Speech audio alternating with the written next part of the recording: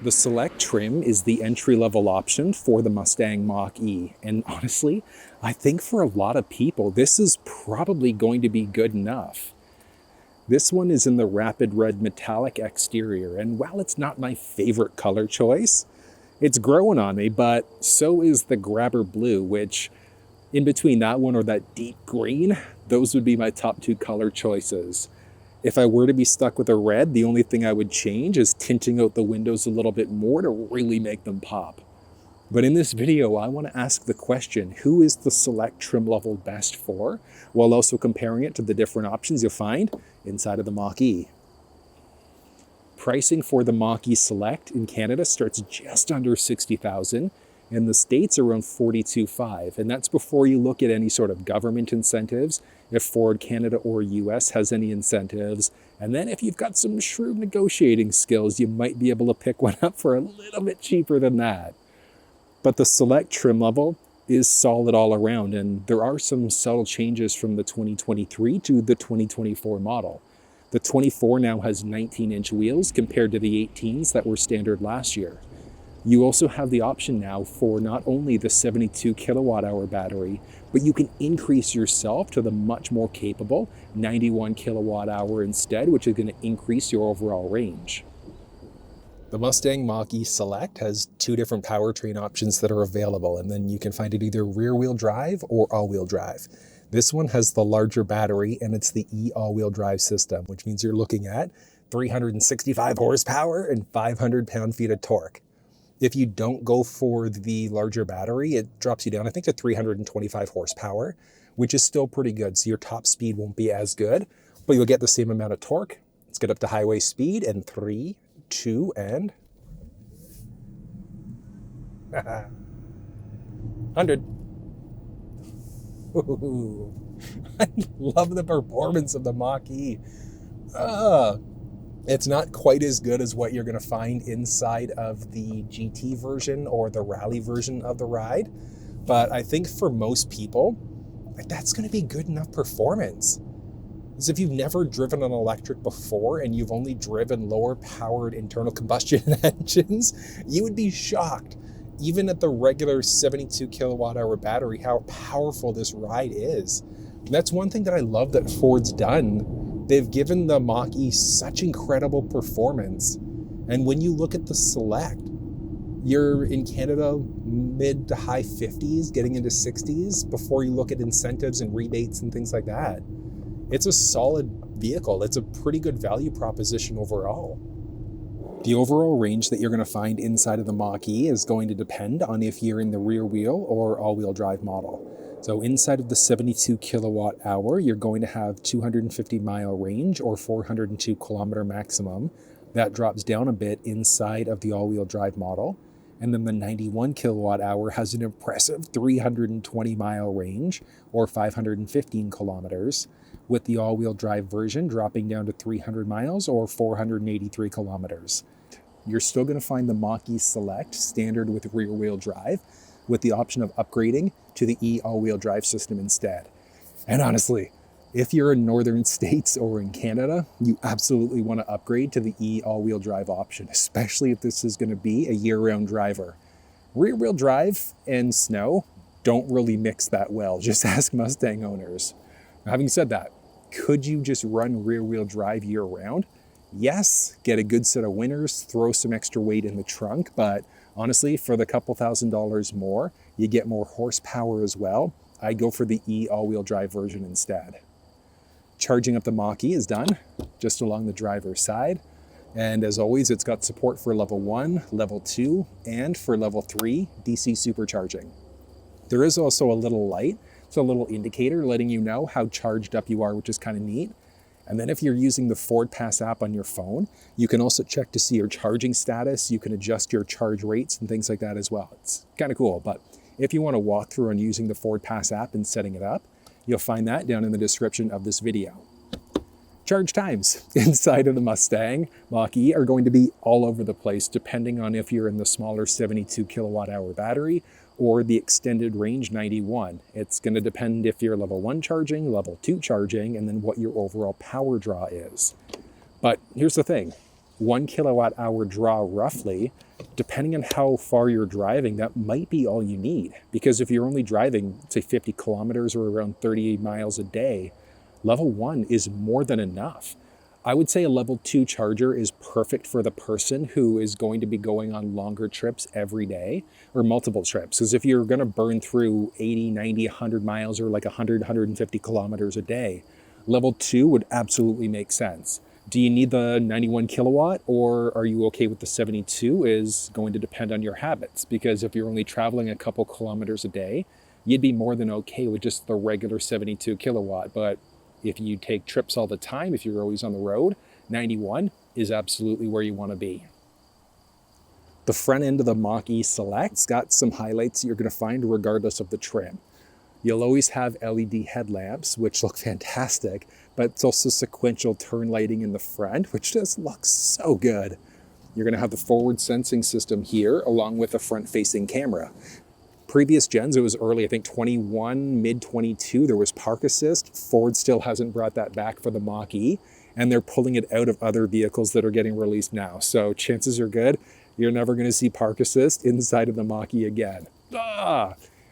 Underneath the frunk of the Mach E, there's not much here, and that's the same across the entire Mach E lineup. There's a little button just in case somebody gets strapped underneath. There's a Mach E badge, a pony along the top, and then really the only thing you need to worry about being a Mustang Mach E owner, topping up your wiper fluid. Then the warranty inside of the Mustang Mach E is the same as every other Ford vehicle. So your basic is going to be a 3-year, 36,000 mile, 60,000 kilometer.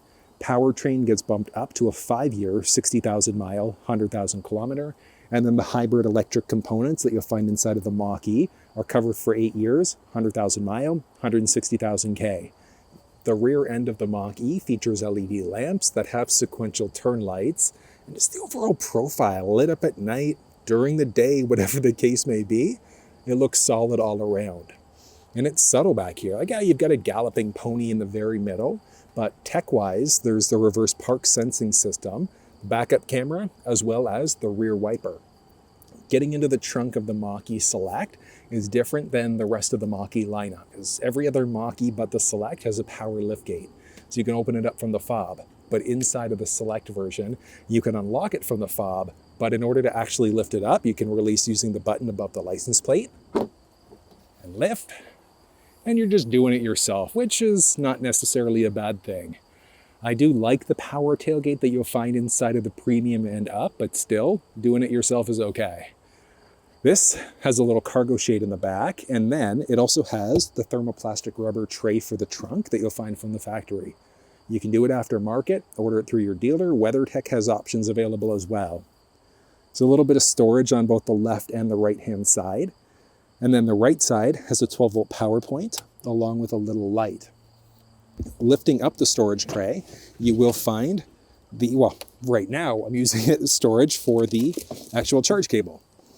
And one thing that I love about the Mustang Mach E, the charger specifically, is that the cable has support for both level 1 and for level 2.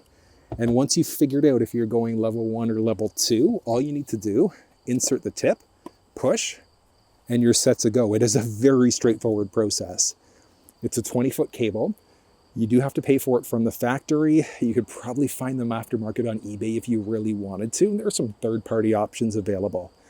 One thing I like about the brick from the factory, though, it is IP67 weather rated. So you can't fully submerge it in water, but if it were to get a little bit wet, snow, a little bit of rain, whatever the case may be, it is safe. So you can charge up year-round if you need to. Then there's an inflator kit. So you're never going to find a mini spare tire inside of a Mach E. Not necessarily a bad thing because it's just extra curb weight, but one nice thing about being a Ford owner, whether that's the Mach E or otherwise, you get roadside assistance, and that's good for 5 years. So same length as the powertrain warranty. So 5 years, 60,000 miles, 100,000 kilometers. And that's good for tire changing, lockout services, winching if necessary. If your Mach E has died on you, it can also help out by getting a boost on top of that, which is pretty useful. So that is available as a Mustang Mach E owner, regardless of the trim level. Folding down the second row seats can be done from the trunk, but if you don't need to get into the trunk, you can do it from the second row. If you can reach it, doing it from the trunk is pretty easy. There's a button along the top you can grab and push in order to fold the seats down. Same thing on the passenger side. So it's a 60-40 bench. Now, one thing is that the seats are locked into place. You can't slide them forwards or backwards at all, but you can fold them fairly flat, which is useful. And the measurements that you're looking at, specifically behind the first row, are going from right where the liftgate would close to just in behind that little armrest between the first row seats. So with the driver's seat, passenger seat, or forwards or backwards, you'd gain or lose a little bit of extra space. The Mach E is a little bit bigger than the regular Mustang, but it still is fairly spacious, especially when you look at the functional second row. And getting inside to the driver's seat, straightforward. One nice thing is that there is assist handles on the driver passenger seat first and second row. And getting inside either way, really straightforward.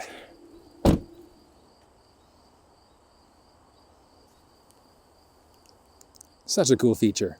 But if you want to know some key fob tricks and how to set them up in the Mach E, check down in the description of the video for a little walkthrough. So walking towards the vehicle, you can push there to unlock, but there are power folding side view mirrors with turn signals.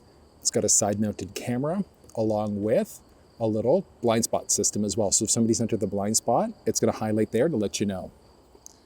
There's a 5-digit number pad there, so if you've ever forgotten your key fob, you need to get inside, you could button press in order to get inside there. We're using a 5-digit number. You can also use your phone as a key. So if you want to walk through and setting that up, you'll find it down below. Hopping inside. The Select trim, it has a lot of the same highlights as the Premium. There's the option for driver seat memory. There's an added package you need to add on in order to get it.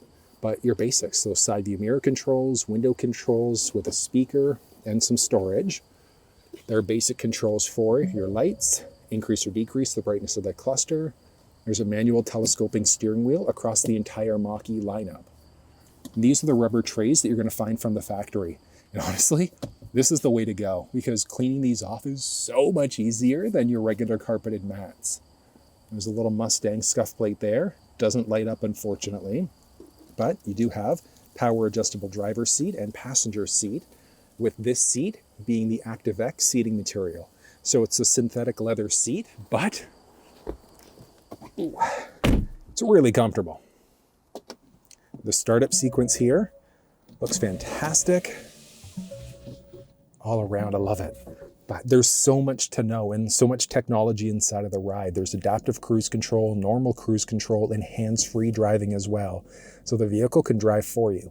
But if you want to walk through on how to actually use that, how to use the cluster screen or the infotainment system, you'll find walkthroughs down in the description of this video.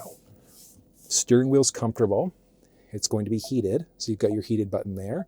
There's also heated first row seats. So you're not going to find ventilated seats, but heated driver passenger side for the first row is available. And there's so much space. Okay, so the seat's as far down as it's going to go.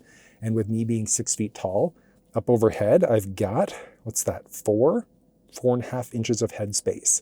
So if you're like 6'4", 6'5", you'll probably comfortably be able to sit inside of this ride. Oh, it's so nice and comfortable. That's what I love about it. So like I said, these are synthetic leather seats. There are a few different color choices available. I would personally go for the darker ones because the light seats, they tend to show dirt a little bit easier. So unless you're constantly cleaning them, the light ones are going to show dirt really, really quickly.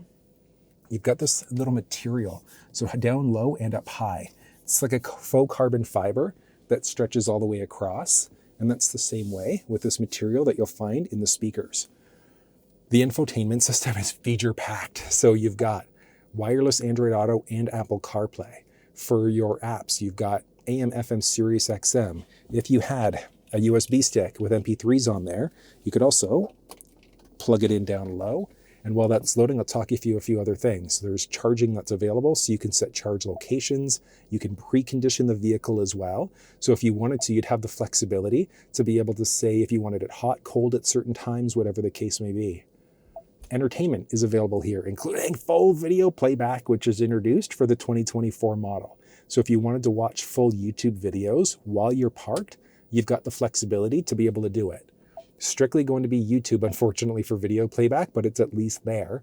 And then there are a series of different games, but you have to be in park because the second you switch to drive, or I guess any other gear, it turns off the entertainment sources. So just good from a general safety perspective. But there are so many things. Series of driver assistance settings with different options for cruise control. So adaptive cruise, normal cruise control, things like that. There's a whisper, engage, and unbridled mode, which that's going to be like a sport mode. So it unlocks the truest performance. You can open up the frunk, unlock the tailgate, I should say. And then you could also lock the charge door as well when you're charging up. There's one pedal drive, a little propulsion sound that plays inside the vehicle. It's subtle, kind of cute, and tons of options. Like there's a full 360 camera here as well. So you could zoom in to individual spots if you wanted to. You could see a front view, front split view there as well. So it's kind of neat. Back to your full 360. Like I said, if you want a full walkthrough here, you'll find it down in the description. Climate control settings are baked right into the screen. So I know some people aren't crazy about it. But one cool thing is that you can use the voice command prompt to change songs, radio stations. You can navigate using your voice. And then you'd also be able to adjust the climate using your voice as well. Takes a little bit of getting used to, but it's so cool at the same time. Then I did mention speaker-wise, there are 2 different speaker choices inside of the Mach E. The Select only has a 6-speaker setup. The Premium and Up are going to be a 10-speaker instead, but even still, the audio that you get inside of this speaker system is surprisingly good. So we're going to go through the USB stick right now to listen to a few different songs. And this is just coming out of the microphone here. So there's no post-processing done on the song whatsoever.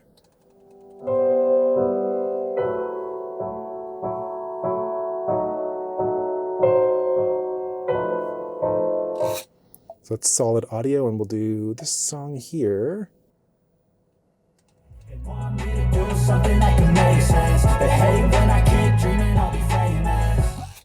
Like the audio inside of this ride is so good. It's so good. Now, is it as good as the 10 speaker? No, but I think for most people, I think it's going to be good enough for most people. Like that's one big difference is that inside of the Premium and Up, it's 10 speaker, but like I said, like unless you're a true audiophile, I think you'll be more than happy here. You saw there are 2 USB power points there. So there's a USB Type-C. There's a wireless charge pad, some storage down low as well. Then you'll also find some cup holders, a rotary dial shifter, so park, reverse, neutral, drive. When you go into reverse, you can do some different reverse view there as well. So if you're getting in and out of tighter spaces, one cool thing is that if you're outside of park, you could also turn the vehicle off. And when you do, automatically flips you into park. It's pretty neat. There's a little P button there in order to navigate to parking. You've got your 4-way blinkers. There's an electronic parking brake. And then a little slidable storage tray where you can find a 12-volt power point down there as well. The glove box inside of the ride is non-lockable, but there's a pretty good amount of space there. The visibility overall is solid. There's an auto-dimming rear view mirror, so if the person behind you is being an idiot, flashing their high beams at night, it's going to dim out for you. You can't turn that function off though. From there, you've got basic controls for all of your different cabin lights. There's a little sunglasses holder. Ooh! Little sunglasses holder there. That's hilarious. From there, you've also got a home link system. So if you've got a garage door opener at home, you can program that in. There's a little ticket receipt holder on the outside and on the inside. And the vanity mirror also has lights built in. And this bad boy stretches out, blocking all of the sun. That might be hitting your face.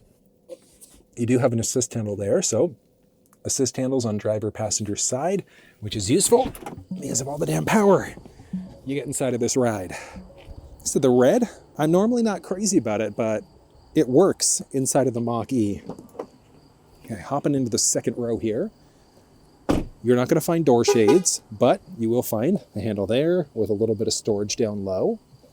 On the inside, got the same ActiveX seating material, and the seat itself is comfortable. And that's one thing that I like about the Mach E is that there's actual space that you can use inside of this, because the regular Mustang, there's like a 0% chance of fitting in the second row.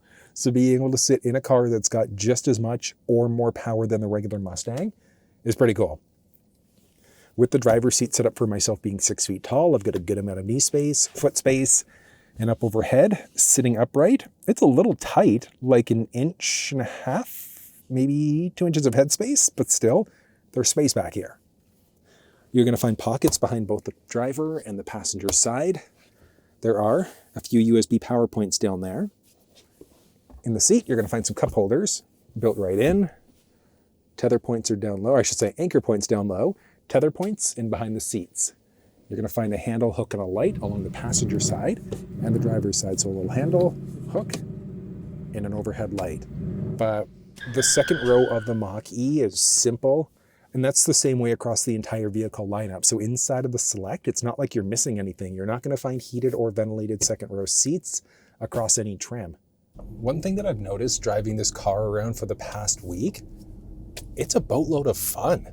Sure, there's no GT growl, but as we pull up to a Mustang GT right now, but still, I think for most people, if you're contemplating an EV and this is the first time you've ever really considered an EV, the Mach E Select could be the car for you.